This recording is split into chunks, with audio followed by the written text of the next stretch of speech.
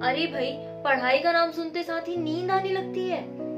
कोई तुम्हें पढ़ने बोल दे, किताब खोलने बोल दे, तो तुम्हें ऐसा सुनाई देता है कि हॉरर मूवी देखने की बात कर दी। टेंशन मत लो, क्लास 10th के इंग्लिश के सारे कॉन्सेप्ट तुम्हें गर्ल्स टॉक चैनल पे मिल जाएंगे, वो भी एनिमेटेड हिंदी एक्सप्लेनेशन में। तो रेडी हो जाओ, क्योंकि अब पढ़ना होगा आसान और समझना होगा मजेदार। ओके, अब थोड़ा सीरियस हो जाते हैं। टेंशन मत लो, मजा आएगा, क्योंकि आज हम बात करने वाले हैं क्लास 10th के एक बहुत इम्पोर्टेंट चैप्टर की, सरमन एट बनारस। ये चैप्टर गौतम बुद्ध के टेक्निक्स के बारे में है। उनका बहुत सिंपल सा फंडा था, दुख सबकी लाइफ में है, लेकिन उससे दूर कैसे किया जाए ये टेक्निक गौतम बुद्ध सिखाते थे। गौतम बुद्ध हमें एक एग्जाम्पल के थ्रू समझाते हैं, एक महिला का एग्जाम्पल देके, जिसका बेटा मर गया था और वो पूरे समय दुख में डूबी हुई थी। उस महिला की कहानी के थ्रू गौतम बुद्ध हमें ये सिखाते हैं कि डेथ एक यूनिवर्सल ट्रुथ है, जिसे हम सबको एक्सेप्ट करना सीखना होगा।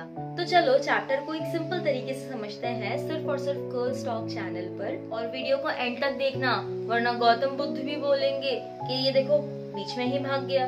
So without any further ado, let's start the video. Gautam Buddha एक राजकुमार थे, जिनका नाम सिद्धार्थ गौतम था। उनका जन्म उत्तर भारत में हुआ था। जब वो 12 साल के थे, तब उन्हें हिंदू धर्म के शास्त्रों की शिक्षा के लिए भेजा गया। 16 साल की उम्र में उनकी शादी एक राजकुमारी से हुई और उनका एक बेटा भी हुआ। लेकिन 25 साल की उम्र में जब वो शिकार पर गए, तब उन्होंने एक बीमार आदमी, एक वृद्ध आदमी, एक अंतिम यात्रा और एक भिक्षु को भीख मांगते देखा। ये सब देखकर उनके मन में दुख और जीवन के सच को जानने की इच्छा जागी। फिर वो ज्ञान की तलाश में 7 साल तक भटकने लगे और अंत में एक पीपल के पेड़ के नीचे ध्यान लगाया और प्रतिज्ञा की कि जब तक उन्हें ज्ञान नहीं मिलेगा तब तक वहीं रहेंगे। 7 दिन के बाद उन्हें ज्ञान प्राप्त हुआ और उस पेड़ के नाम को बोधि वृक्ष कहा जाने लगा। तब से वो बुद्ध कहलाने लगे। उन्होंने अपना पहला उपदेश बनारस में दिया, जो गंगा के तट पर एक पवित्र स्थल माना जाता है। अरे इसने अपना दिमागी संतुलन खराब कर लिया है, मैं बता रही हूँ तुम्हें। ये पागल हो गई है। हो बेचारी। बेचारी महिला का बच्चा मर गया।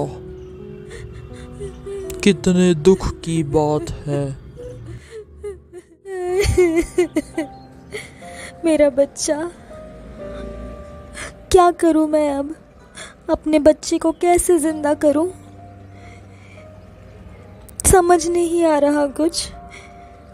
क्या हो सकता है कि ये जिंदा हो जाए? मैं अपने बच्चे को ऐसे नहीं खो सकती।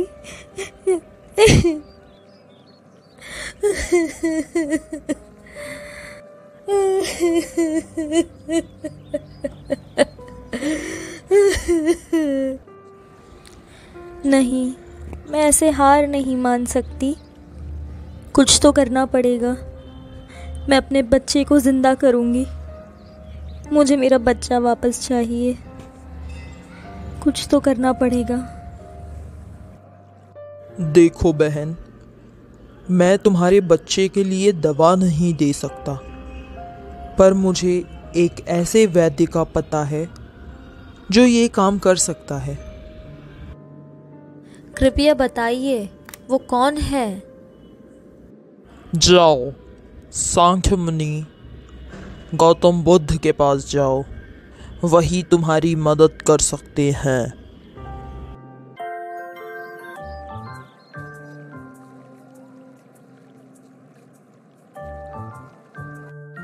प्रभु, प्रभु मेरी मदद करिए प्रभु। हाँ बोलो।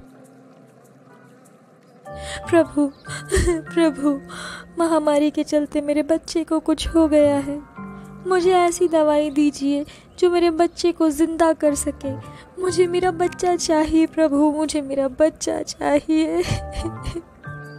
ठीक है, मैं तुम्हारे बच्चे को जिंदा कर दूंगा, लेकिन मुझे उसके लिए 1 मुट्ठी सरसों के बीज चाहिए। क्या? इससे मेरा बच्चा जिंदा हो जाएगा? मैं अभी लेकर आती हूँ, अभी लेकर आती हूँ प्रभु। आपका बहुत बहुत धन्यवाद। लेकिन याद रहे, सरसों के बीज उस घर से होने चाहिए जिसमें किसी का भी बेटा, बेटी, पति, माँ या पिता ना मरे हो। अब मेरा बच्चा जिंदा हो जाएगा, कितनी खुशी की बात है। मैं कोई घर नहीं छोड़ूंगी। किसी ना किसी घर पे ऐसा तो कोई होगा जिसमें किसी की मृत्यु ना हुई हो।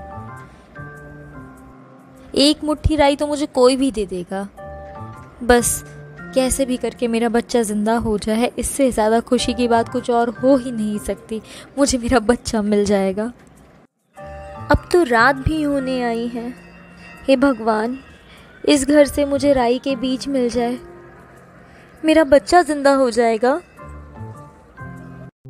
बहन, 1 मुट्ठी राई दे दो, इससे मेरा बच्चा बच जाएगा। हाँ, अभी लो। मैं अभी घर के अंदर से तुम्हारे लिए 1 मुट्ठी सरसों के बीज लेकर आती हूँ। सुनो बहन, क्या इस घर में कभी किसी का भी बेटा, बेटी, माँ या पिता की मृत्यु नहीं हुई? अरे, जीने वाले बहुत कम हैं, मरने वालों की संख्या ज्यादा है। किस्सा गौतमी, कृपया करके इस दुख को याद मत दिलाओ। इन सब को याद करके बहुत दुख होता है, मन को बहुत तकलीफ होती है। ओहो, कोई भी घर ऐसा नहीं था जिसमें किसी अपने का नुकसान नहीं हुआ हो। हर घर में किसी न किसी व्यक्ति की मृत्यु हो चुकी है।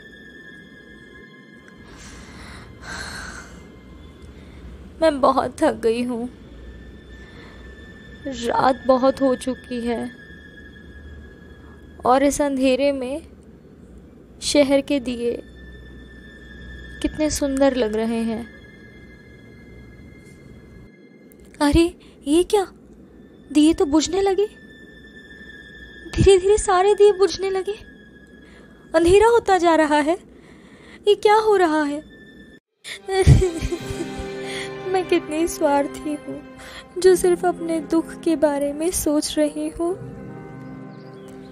मृत्यु तो सबके साथ होती है।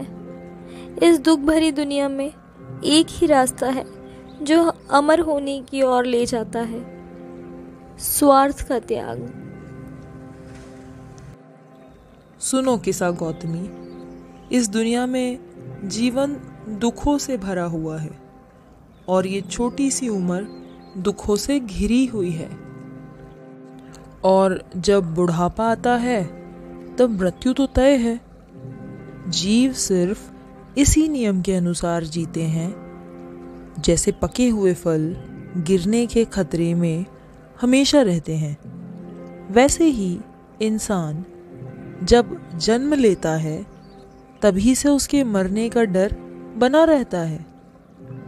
जैसे कुम्हार के बनाए हुए मिट्टी के बर्तन टूटने ही वाले होते हैं, वैसे ही मनुष्य के जीवन भी टूटने के लिए ही होता है। बच्चे हो या जवान, मूर्ख हो या विद्वान, सभी मृत्यु के वश में हैं। कोई भी मृत्यु से बच नहीं सकता। प्रभु, क्या कोई भी अपने प्रियजनों को बचा नहीं सकता? नहीं किस्सा गौतमी, जो लोग मृत्यु से हार कर इस दुनिया से चले जाते हैं उन्हें कोई नहीं बचा सकता। ना पिता अपने पुत्र को बचा सकता है, ना ही रिश्तेदार अपने अपनों को। देख लो, जब कोई किसी अपने की मौत होती है तब रिश्तेदार सिर्फ देखते रहते हैं और शोक मनाते रहते हैं, लेकिन एक के बाद एक सबको इस दुनिया से जाना पड़ता है। जैसे कोई बैल को कसाई के पास ले जाता है, ये दुनिया मृत्यु और विनाश से भरपूर है, इसलिए समझदार लोग इस बात का दुख नहीं करते, क्योंकि उन्हें दुनिया का नियम पता होता है। लेकिन दुख करने से दिल का गम हल्का तो होता है ना? नहीं किस्सा गौतमी, रोने से, शौक मनाने से किसी को शांति नहीं मिलती, बल्कि दुख और बढ़ता जाता है। शरीर और कमजोर होता है। रोने धोने से इंसान बीमार और पीला पड़ जाता है। लेकिन जो चला गया है उसे वापस नहीं लाया जा सकता। जो शांति चाहता है उसे अपने शौक का तीर निकालना होगा। उसे अपनी शिकायत, अपना दुख और अपनी पीड़ा सब त्यागनी होगी। जो ये तीर निकलकर शांत हो जाता है वही मन की शांति पाता है। जो हर दुख से ऊपर उठ जाता है वही दुख से मुक्त होकर सफल और धन्य हो जाता है। किस्सा गौतमी ने आखिर में ये समझ लिया कि डेथ एक यूनिवर्सल ट्रुथ है जिससे कोई नहीं बच सकता। गौतम बुद्ध के किए गए उपाय से उसे अनुभव हुआ, उसके अंदर ज्ञान और समझ आई कि दुख और मृत्यु सबके जीवन का हिस्सा है।